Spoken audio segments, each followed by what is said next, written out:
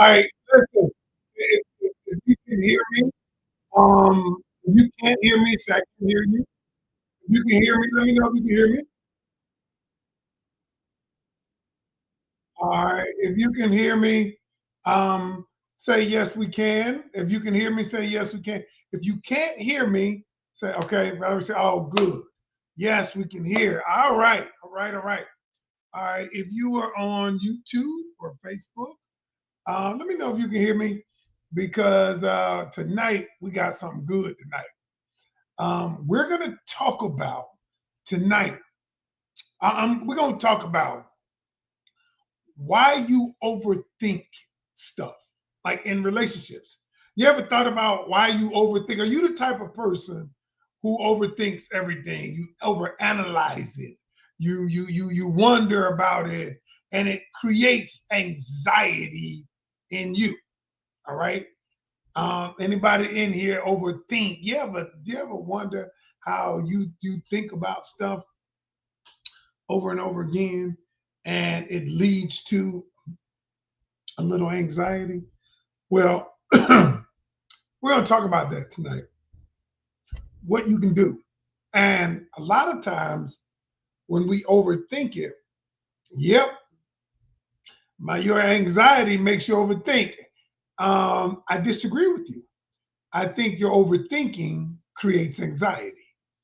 All right. Your anxiety doesn't make you overthink. Your overthinking creates the anxiety. All right. And so, what we're going to talk about tonight, um, somebody said, all right, I got you, I got you, I got you, I got you. Reason. Somebody on Instagram, they always tell me I'm reaching my limit of recorded music. I get it. All right, cool. And so tonight we're going to talk about what happens when you overthink something in relationship, why it happens, why you create scenarios in your head. And then we're going to talk about what to do to get rid of it or what to do to manage it.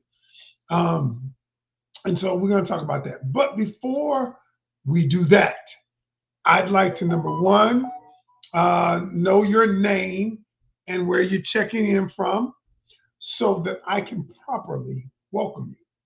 And then tonight, we are going to talk about why we overthink things in relationships. What's up, Clutch, my guy? Why we overthink things in relationships.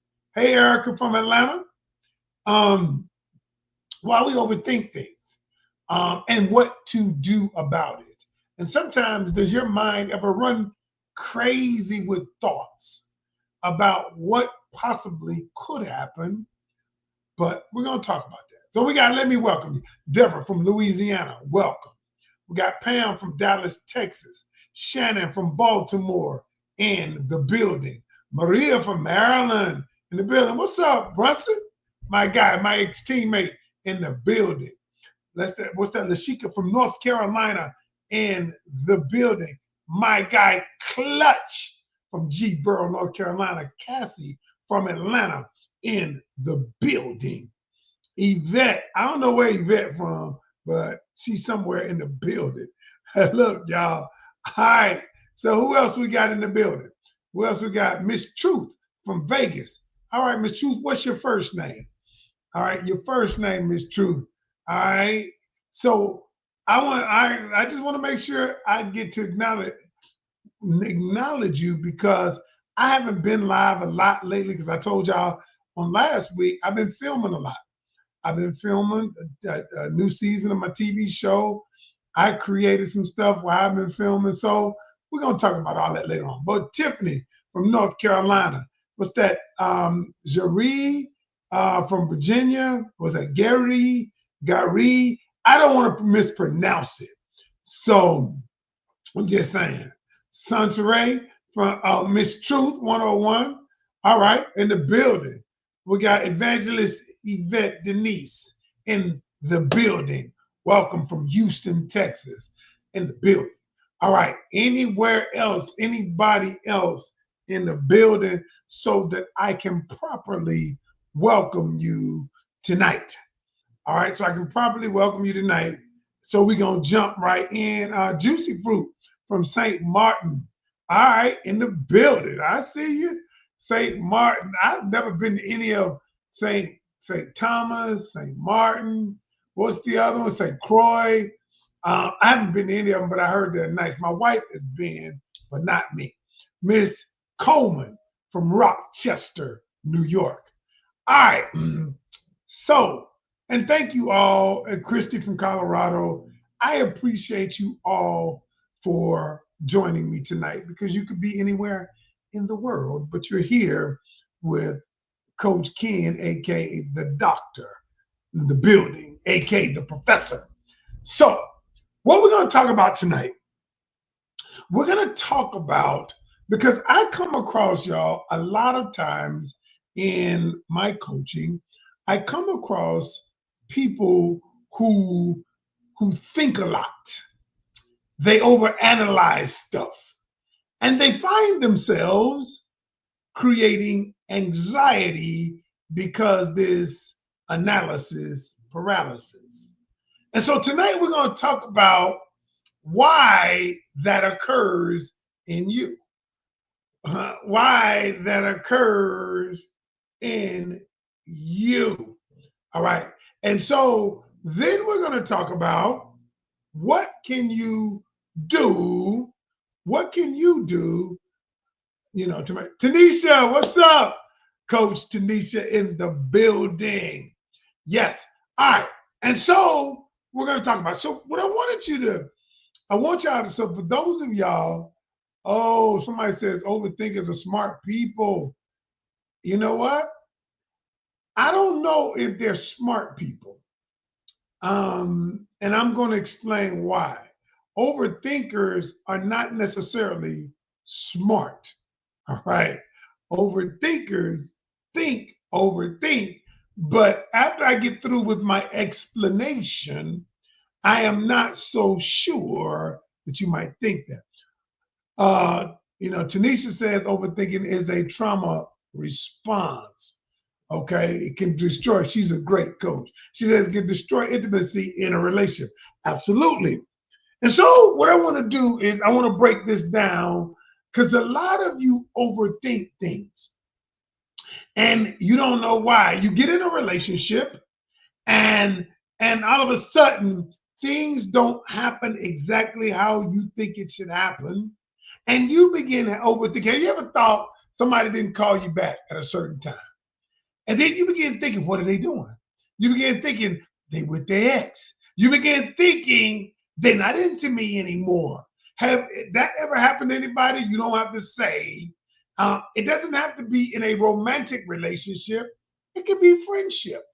They didn't invite me to go out. Oh, they went out with the other friends. And you begin ruminating over this thing that you created in your mind. And so we overthink for a reason. And but before I get it to you, I got to explain to you how the brain works. And so once you understand how the brain works, then then it's going to help you in understanding why you do what it is you do. And so let me explain how the brain works. The brain is magnificent.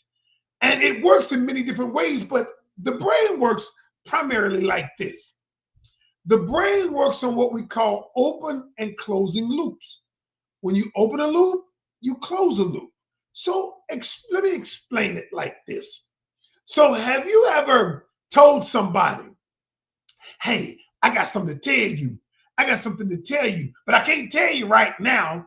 I'll tell you later on. And what do you say when somebody does that to you? You say, tell me now. I want to know now what you're thinking, right? Because what the brain did, what they did was they opened a loop in your brain. And so now the brain is looking for an answer to close the loop, to close the loop. So the brain, you open the loop by saying, there is something I have to tell you, And then the brain says, okay, you just opened the loop, a communication loop. You just opened the loop, but I need you to close the loop. And when the person doesn't tell you right away, when it doesn't tell you right away, your brain begins to create the closure to that loop. Ah, I'm just starting, y'all. I'm just getting started. Now think about this for a minute. I remember years ago, not now, but years ago, when I would watch the news, I want to stay up late, and the news would come on. Part of the news say, "Hey, 2 people get shot on Campbellton Road. Tune in at 11." Well, what they did was they opened the loop, and then the only way to close the loop is you got to tune in at 11 to see who got shot. Now, I'm just saying that because the news does it. The news media does it. Okay? And so what we're going to do is we're going to talk about how the brain. So what the brain does, and this is the part that I need y'all to know. What's up, Slick? What's up, guy? I saw your crazy video. You dancing, man. I swear. you a fool. But anyway, so let me tell you what happens. So what happens? This is the reason why people say that they need closure. You ever been in a relationship and you say, I just need closure. I just need closure. The truth is, you don't need closure. You think you do, but what you're trying to do is you are attempting to close the loop. So what happens? The loop was opened up with the relationship. You don't know why you broke up. You don't know why the person left you. You don't know. And so what you do is you're trying to figure it out. You're trying to close the loop. So you begin thinking about all of the reasons why the relationship didn't work. They went back to their ex-girlfriend or their ex-guy, or maybe they didn't like this about me. And so what happens is this is called sensory deprivation. Whenever your brain does not have the senses, it does not know what to do, it doesn't know why it happened. What your brain does is create its own closure. It begins to attempt, based on what you know, what the brain does, it's creating the feedback to give you, even if that feedback is not correct. Y'all ever notice how sometimes you don't know the answer, but you start creating in your mind what the answer is? That is your brain's protective mechanism. So tonight, we're going to talk about overthinking and the thing that it plays in your relationships, in your business, how it plays in your life, in your personal life, and what you can do. I got 9 things, I got 10 of them. I don't think I'm gonna give you all 10. I might give you 5 of them, but each one of them over, like, now that I'm going back live again, y'all know I'm all about teaching. I'm going to teach you something. So I'm gonna give you the first 5 to 10 reasons why we overthink and why it creates anxiety. Number one, I said to you that when you don't have the answer, your brain creates the answer. Now you don't know if this answer is true or not, which creates, as Tanisha said, it's simply what it is it is your brain attempting to control an outcome. It is your way, whenever you overthink something, you are attempting to figure out how to control the outcome of what's about to happen. And so when you overthink, you try to think of every scenario. Every scenario. You ever notice how when you're thinking about it, you begin asking other people, well, what do you think about this? Well, what do you think about that? What do you think? Well, what do you think I should do?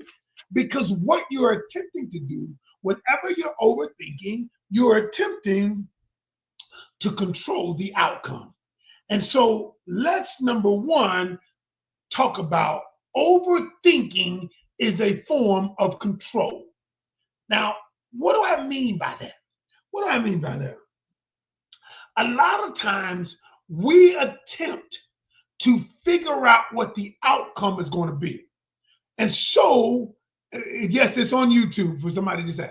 So what happens is, and because you want to know what the outcome is going to be, you overthink and you're trying to predict the outcome because it is a protection mechanism. And a lot of times it is a response to trauma. A lot of times it is a response to trauma, as Tanisha said.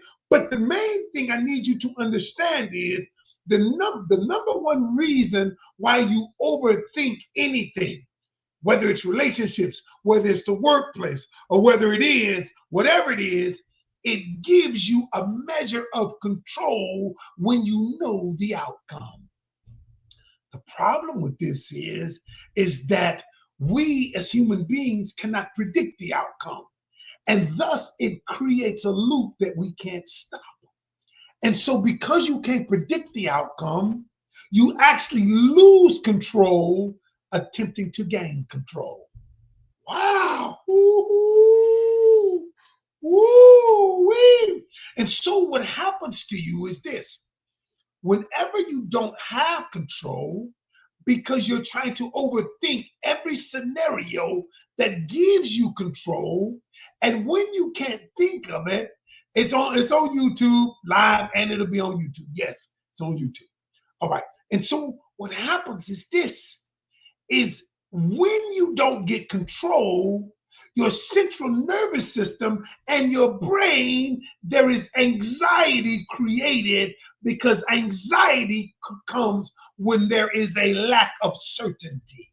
Whenever there is uncertainty, it creates anxiety. And so when you're uncertain in a relationship, what do? You want certainty. You want the person to call more. You want the person to tell you that they love you more. You want the job to tell you that you're going to be around when the next layoff comes, because your brain is searching for certainty. And so when the certainty is not there, it creates anxiety. That's number one.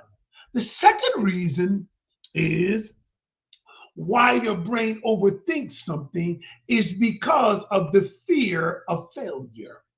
You see, what people attempt to do is they attempt to prevent failure by coming up with every possible scenario. So, and I wrote this down. I wrote this down. The fear of failure tricks you into believing there is a perfect choice. There is no perfect choice. And see, a lot of us want to start that business. A lot of us want to take that risk. A lot of us want to do things that we've set in our heart to do, but because the fear of failure exists, you begin overthinking every scenario, every possible outcome. And then here's the problem with that. Now you've got 12 outcomes. You narrow down to 5 outcomes, but you still got 5 outcomes. And so now you can't decide. And then what happens is, here's what you do. Fear of failure. I wrote this down and I was thinking about it. You ever notice how what you do is, at that point, because you are afraid, it takes you to step 3. You seek external validation. You ever been the type of person where you got an idea and you got to tell 3, 4 people, 10 people, you got to tell 10 people about your idea because you're afraid to trust yourself. So what you do is you have the idea and then you think the idea is a good idea, right? But you're not sure if the idea is good and you don't trust yourself. You're too afraid to trust your intuition. You're too afraid to trust the thing that God gave you. You're too afraid of it. So what you do is you look at people close to you who really have no clue either. And what you want them to do is validate that your idea, validate that your way of thinking is a good way of thinking. And so because we look for the validation, herein lies the problem again, which leads to more overthinking. What happens is you got one person close to you that says one thing. Then you got another person that says something else. And then you don't know what to do. You're like, both of these people are close to you. And then what you do is now you are back to overthinking again. You are back to having more anxiety again because you didn't trust yourself. Let me tell y'all something. I'm going to give y'all something. I'm going to give you a technique. I'm going to give you a technique. First thing I want to tell you before I give you the technique. Number one, I want you to imagine that God gave you, each one of us, imagination. And so I don't care what you believe. Right now, I'm going to tell you what Coach Ken knows to be true. The reason God gave us imagination is so that we could see ourselves the way that God sees us. You see, a lot of times, y'all, we could never view ourselves in a way that which will propel us forward unless God says, this is the way that I see you. I see Coach Ken having millions of followers. I see you, Coach Ken, on a hit TV show. I see you, Coach Ken, developing a communication app that is changing the world. I see you, Coach Ken, creating a production company that touches people around the world. But see, if I had not seen the way God sees me, none of this would not have been okay. So here's what I want you to do. I'm gonna give you a technique. First thing, he gave you intuition so you could rely on yourself. So the first thing I want you to do, here's an exercise. And this is what I give my people. Number one, write down what you'd like to do. Write down what you would like to do. How would you like to see yourself? And so what I'm about to do is I'm about to show your brain, whenever your brain sees something, it will register to your brain a little differently. That's why we got to write it down. And then once we write it down, we have to say it to our brain. Our brain has to hear your voice saying, I am a successful entrepreneur. I am a college graduate. Now, I've written it down that what I like, all right? And then what I'm doing is then my brain. So I'm about to interrupt the pattern, y'all, because overthinking is a habitual pattern. It is not what you were born with. It is a habit. It is a pattern that you have formed over time. All right. And so once you say it, then let me tell y'all this. You can ask someone, but don't go beyond two people. Only two people. Now listen, why do I say two? Because a house divided cannot stand. If you must ask somebody else, and I always say, seek godly counsel, seek wisdom, but you seek it from somebody who has the wisdom. Notice what I said. You don't seek it. You don't seek it from friends of yours who don't have the wisdom. And so that is why when people come to me, the thing that you're wanting to do, I have done. That is why you hire a coach, someone who has a successful relationship, someone who started a business, someone who has done the very thing that you desire. You ask two people at the most. And the reason you ask it, but it's a prerequisite. You have to ask somebody who has done the thing that you want to do. Because what happens, y'all, it's like what we do is we will ask someone, you want to be a millionaire, right? And you will ask somebody that's broke. I'm just being honest. You want to be physically fit. You would ask somebody who is way away from physically fit. And the reason why this does not work is because they are not in alignment with the thing that you want to become. You see, you cannot align yourself with someone who is diametrically opposed to the thing that you want to become. And so That is what I'm telling you to do. So if you want to break overthinking, that's the first thing. The second thing you do is this. When you want to break overthinking, when you want to interrupt the pattern, because I said it's a habitual pattern, you take what we call micro actions. Micro actions. Everybody listen to what I'm about to say. A micro action is an action that actually interrupts your pattern in your brain too. For instance, let me give you an example of what a micro action is. So let's say you need to start working out. You want to lose weight. You want to lose weight, but you know you got to go to the gym, work out, eat right, all of that. All right. It might seem overwhelming to you if you start and you got 150 pounds to lose. The reason I know this, because I've lost 160 pounds over the years. All right. And so what you start with is micro actions. Here's the way a micro action works. All I want you to do is get up and put on your workout clothes. That's it. And you might say, that's all. And once you put on your workout clothes, if you decide you don't want to go at that point, okay, that's fine. That's fine. That's fine. Tomorrow, what we'll do is another micro action. We might put on our clothes and we might walk to the car. See, what you think that is ridiculous. You think that is absurd. But see, you don't know what Coach Ken knows. You see, Coach Ken knows that the brain, everybody listen to me, y'all. The brain does not operate in words. The brain operates in pictures. In pictures. So check this out.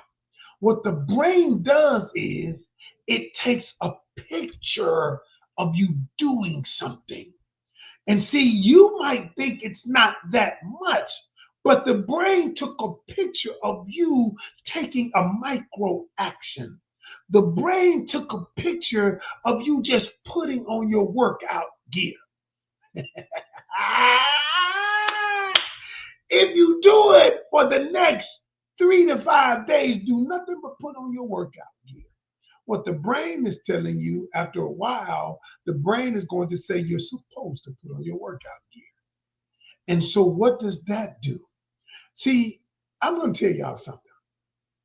Motivation is not what we think it is. We think motivation, somebody's got to motivate me to do something. Can I tell you the truth, y'all? Motivation is only in the simplest thing is when you feel like doing something. That's what motivation is when I feel like doing something. All right? That's all motivation is. And so what happens though, watch this. What happens is though the thing that you want to do, you don't always feel like doing it. So write this down, anybody. Motion creates emotion. Motion creates emotion. So what happens is the more motion you do, the more emotion is created from the motion. Why? Because the brain operates in pictures. Because the brain says, I'm supposed to do this, and now the emotion comes second. See, where people make most of the mistake, where people make most of the mistakes is they feel like I want to be motivated to do something before I do it. And I tell them is nope, you do it, and then the motivation comes after you do it. That's why I say take action first. Take these micro actions first. Ooh-wee. So let me give you another one. And then we'll give you two more. I'm gonna give you another one. Number 4.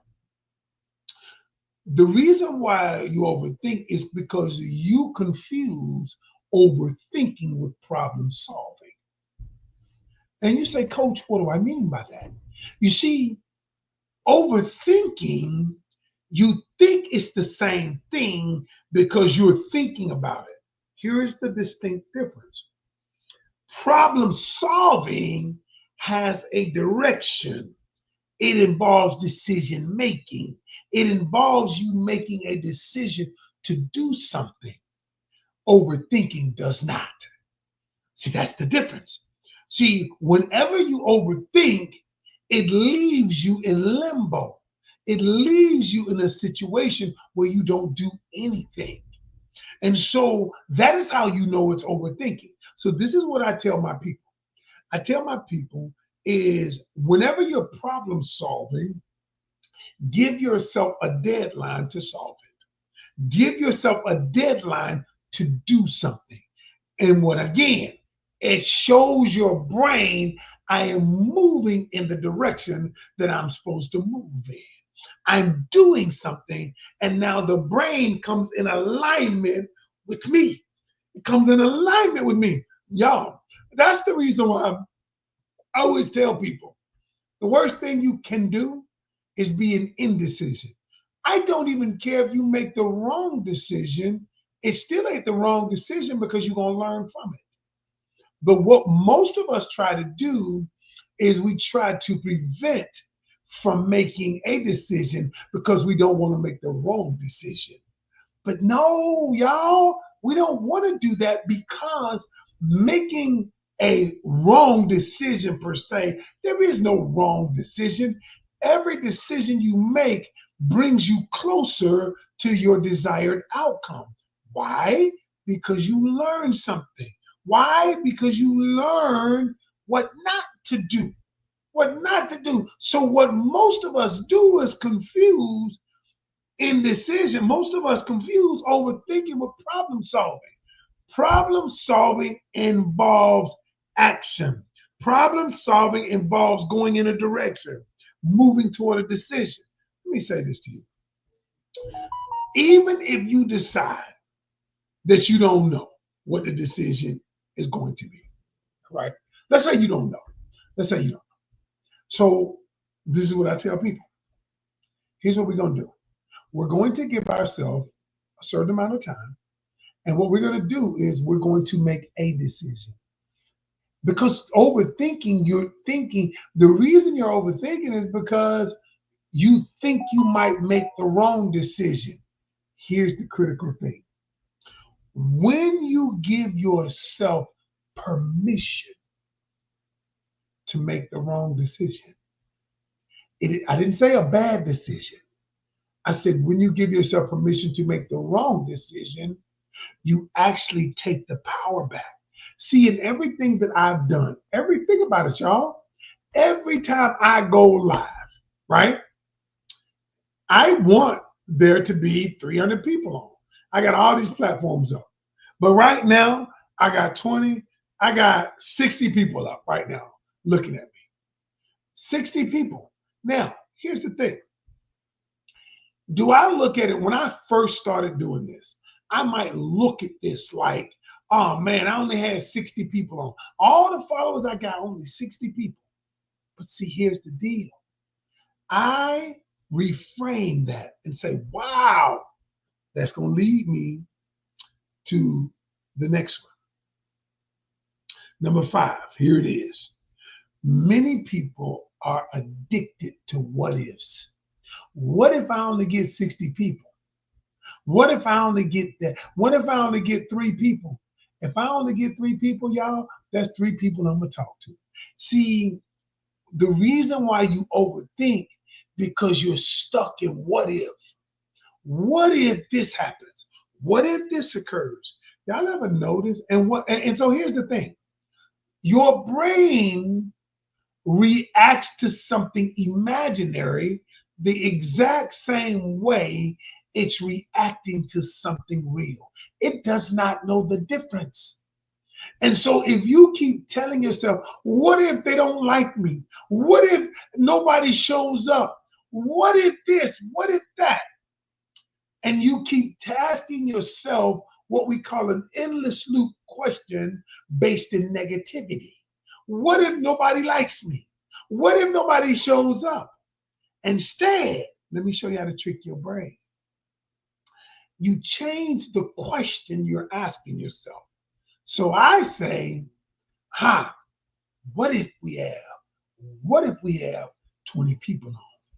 What if I get to share my message with 20 people? That would be amazing. What if? And so what I'm doing is I'm reframing it to my brain. When you reframe something, all you're doing is changing the meaning of the thing. Oh my God. Coach, listen to what I said. See, I look at it now. I think I got 30, I got right at 70 people now. So now what I did was, instead of saying I only got 70 people on, right? Here's what I did. I reframed it and said, wow, if I get 70 people on, that's 70 people that I get to help change their life tonight. That's 70 people that I wasn't talking to 30 minutes ago. And so now all of a sudden, because I reframed it for my brain, I reframed the meaning of it. I reframed the meaning of what these 70 people mean. Now I say 70 people, thank God for all 70 of y'all. Thank God for every single one of y'all that are listening to me now. Because all I need is one person's life to change as a result of me saying that. But y'all, we're so stuck in what ifs. What if the relationship doesn't work? That's how we reframe it. But then I say, well, what if it does work? What if this person is the love of my life? What if this person is my person? What if? What if I begin to live free again? What if I trust a person wholeheartedly? And so, y'all, whenever you do that, you reframe it for your brain. And I'll give you an example of this. And I think I'm gonna be done right there. I might do the 5 more on Wednesday. I'm gonna come back on Wednesday. But I'm gonna say this to y'all. I'm gonna say this. I remember years ago, I went bankrupt years ago. And at that time, my business was growing like crazy. And it took a downturn for some decisions I made, decisions my partners made. And I remember at the moment, and this was when I was a young man, and I remember when the federal agents came in, the feds came in, 'cause I had a loan, SBA loan, and they came in and took all our computers. They took everything. They took the chairs, the desk, and everything. And I remember, y'all, I was depressed. I know 3, 4 weeks, 4 or 5, it might have been 6 weeks. I don't remember. I don't know. You know how when you get depressed, you ask questions like, how did I get here? How did I arrive at this place? And then one day, I didn't know what I know now. I hadn't written 10 books like I had now. I hadn't touched hundreds of thousands of people. I hadn't put all these relationships together. I hadn't saved all these relationships. I didn't know any of it. All I knew, I was a young man who had experienced some adversity, and I could not understand what decision brought me here. So here's the thing I want to leave you with. I want to share with y'all something. The one thing I learned, and I want everybody, is going to help you from overthinking. I learned how to reframe something for my mind. Okay? And so here's what it was. When I was going through the depression, it was 6, 7 weeks. I know I remember, man, the curtains were drawn. I remember they came and repoed my car. I remember all of this. I remember it like it was yesterday. But I always tell people it's one of the best things that ever happened to me in my life because I learned a lot. I learned how to be a good businessman as a result of that. But anyway, I regress. So here's what happened. One day, I was laying in my bed, and I believe it was the Holy Spirit now, but something came to me and asked me one question, and this changed my life because I don't know where it came from. Well, I know it was God. At the time, I was just a young man trying to just, flex and floss. And we used to say floss all back then, trying to look good in front of other people. But this was a humbling experience. But one day I was laying there, and I'll never forget it. I heard something say, what if what happened to you was not, it happened, it didn't happen to you, but what if it happened for you? And I was like, huh? You ever notice how sometimes somebody says something, but you don't know where you like you the only one in the room, right? And I said, what if it didn't happen to you, but it happened for you? And I remembered, I'll never forget it. I remembered this. And I asked the question, what if, man, what could I do? What if this happened for me? How could I use it to help other people? I'll never forget it. That one question changed my life. At that time, it was one of the worst things that ever happened to me at that time. But I didn't realize it was one of the best things. That's why I have been listen to me closely. I have been in business 28 years. I haven't worked for anybody else. I've worked for myself because of that moment. And in that moment, when I asked the question, how could I use this to empower other people? That led me to my first book.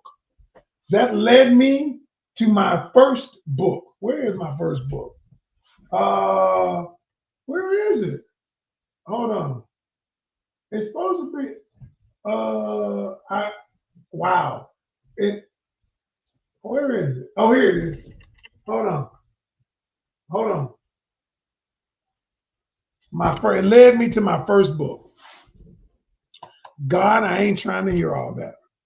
And the reason why this book was so important was because this was the first catalyst of me saying, after I went bankrupt, let me use my experience and the reason I titled it, God, I ain't trying to hear all this, is because I think God was trying to show me something all along. And what happens was I was just trying to make money. I was trying to be successful and I was like, God, I ain't trying to hear all that right now. I come back to it. Y'all, if y'all don't believe me, look how young I was. Look how young I was. I was a young dude back then. My first book. I've sold thousands of these. I always tell people this is my best book because this book came out of pain. It came out of a place, but this book was the catalyst of me writing 9 other ones. And so, y'all, let me leave you with this. When you begin to overthink your situation, I want you to come back to this video because every decision, the word decision comes from the root word decere. It's the Latin root word meaning to cut off any other option. And so many times in our life, we have to be willing to cut off another option to get to where God's got us, where God wants us to go, y'all. And so a lot of y'all are not willing to disconnect from something so that you can connect to something else.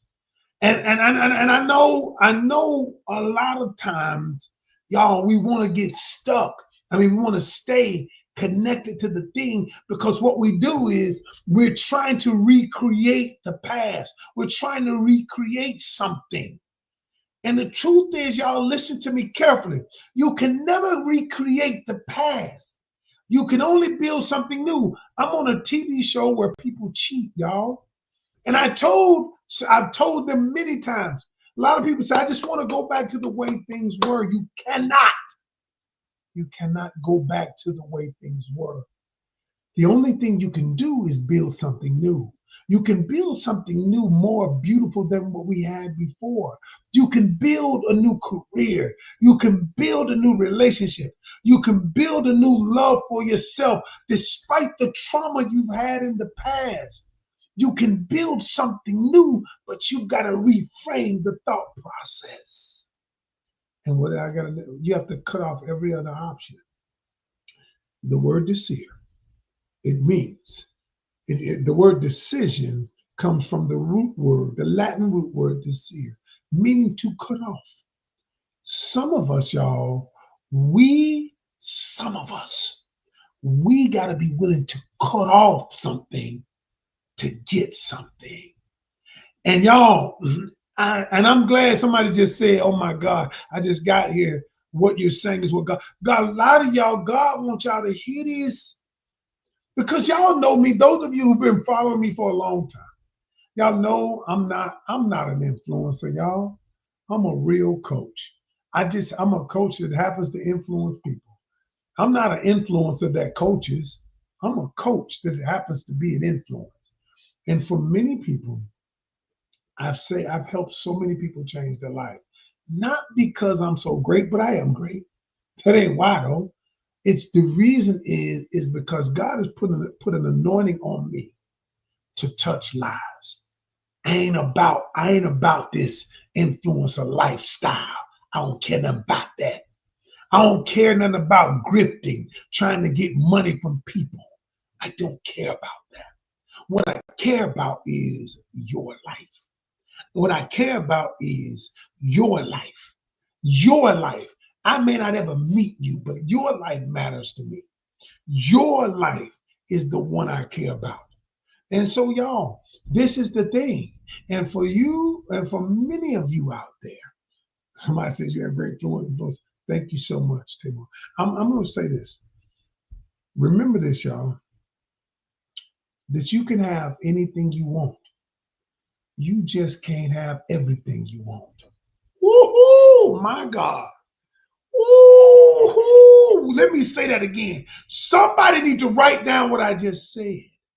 You can have anything you want in this life. You just can't have everything you want in this life. And let me explain what I mean by that.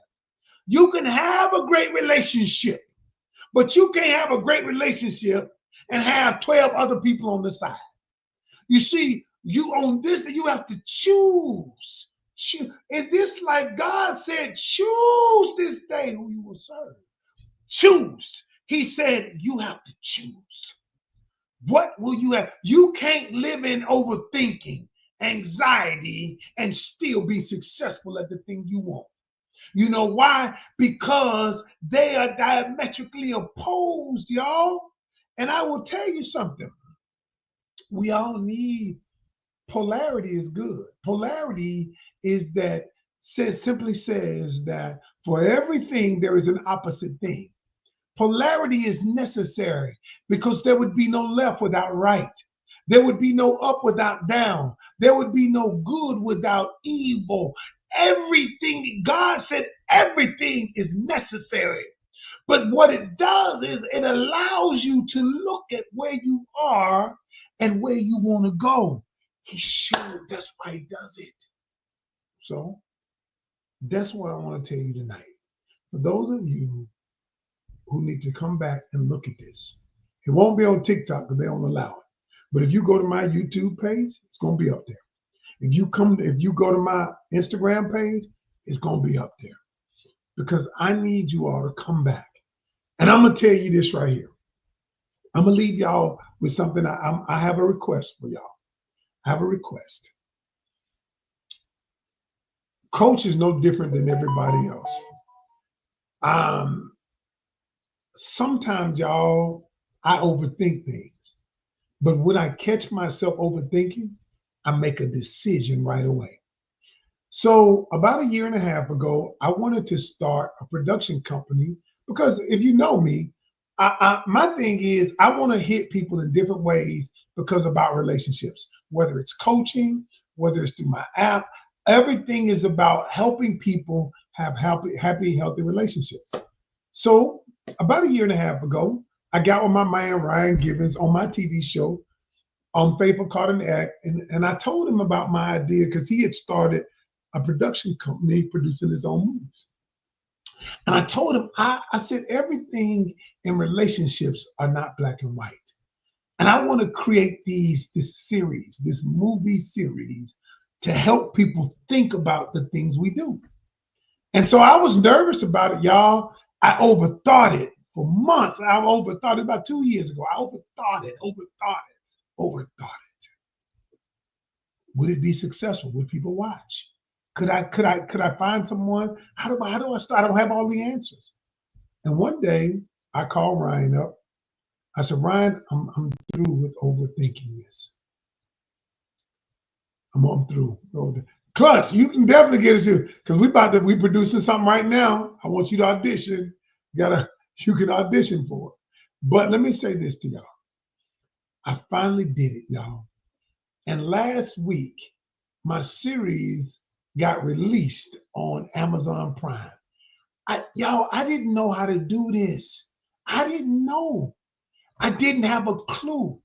I just knew, and y'all, we have had thousands of people to watch it just in the last couple of days. So I have a request for y'all. I want y'all to go to Amazon Prime, and I want y'all to type in "Decisions Are Never Black and White." And I want y'all to watch it. It's gonna cost you $1.99. For the whole series, it's 3 episodes in the series. It's $4.99. I gotta tell you that because some people out there are like, Coach, it costs $4.99. It's called, I want y'all to write this down. Decisions are never black and white. And you'll see my face. Oh, you watched it. Oh, thank you so much. Jess was in it. And my guy, Ryan Gibbons, shout out to Ryan Gibbons because he helped me to make my dream come true. And I'm going to tell y'all something. Remember this.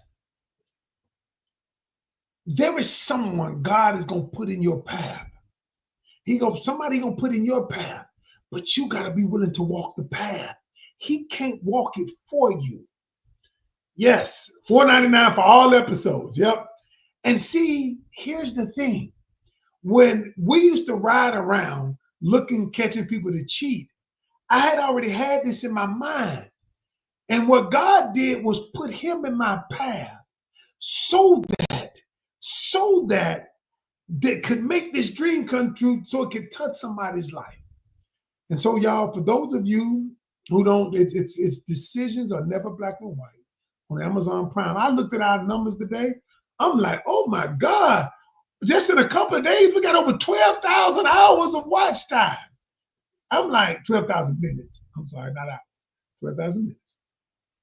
So if you can't remember, I want you to go in my bio, look at my link tree, and look at Decisions Are Never Black and White on Prime. But then what I want you to do, after you watch it, I want you to come join the Facebook group, or you can join the Facebook group, and we discuss it. I want you to hear your take on what would you do in a scenario like that? What would you do? People are watching like crazy. Join, and in my bio, you can see the Facebook group. It's called Decisions Are Never Black and White as well. Y'all, I want to thank y'all for listening to me tonight. But I want to leave you with something. And here it is. All right. You're going to be featured on my man, Clutch. This is what I'm talking about. Hey, I've been believing in you, Clutch, for a long time, brother. I've been following you for a long time, and I'm proud of you. I'm another black man doing something positive. I am proud of you, brother. If nobody don't ever tell you that, I want to tell you, brother, I appreciate what you're doing. Thank you, and keep doing what you're doing. All right, I want to leave y'all with one thing. I've been saying that, but tonight I just feel like somebody needs this. Somebody needs this. And so I want you to know this.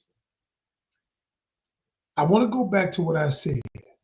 God has given each one of us a mission, whether you believe or not. Whether you believe or not. He's given every one of us a mission. Y'all, there is enough room out there for abundance for everybody. You are not competing against anybody.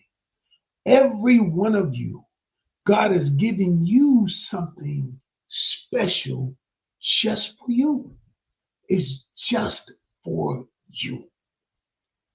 But you do the world a disservice when you don't give the world your talents. silence. You do the world a disservice. All right? Stop being scared, y'all, overthinking stuff. Your next relationship might be you might walk by him in the grocery store. And because you're a woman, you think you ain't supposed to speak. He's supposed to come on to you. Stop this madness. We live in a society that tells us you got to do this way. You got to do it that way. I've never been one to follow the rules. Maybe that's why I am. That's why I'm because I am. That's why the people that follow me don't follow the rules. Don't stop following the rules, y'all. Rules are made to be broken. Follow your heart. Follow God's purpose for your life. All right? And I'll see you guys Wednesday. Peace. Thank you.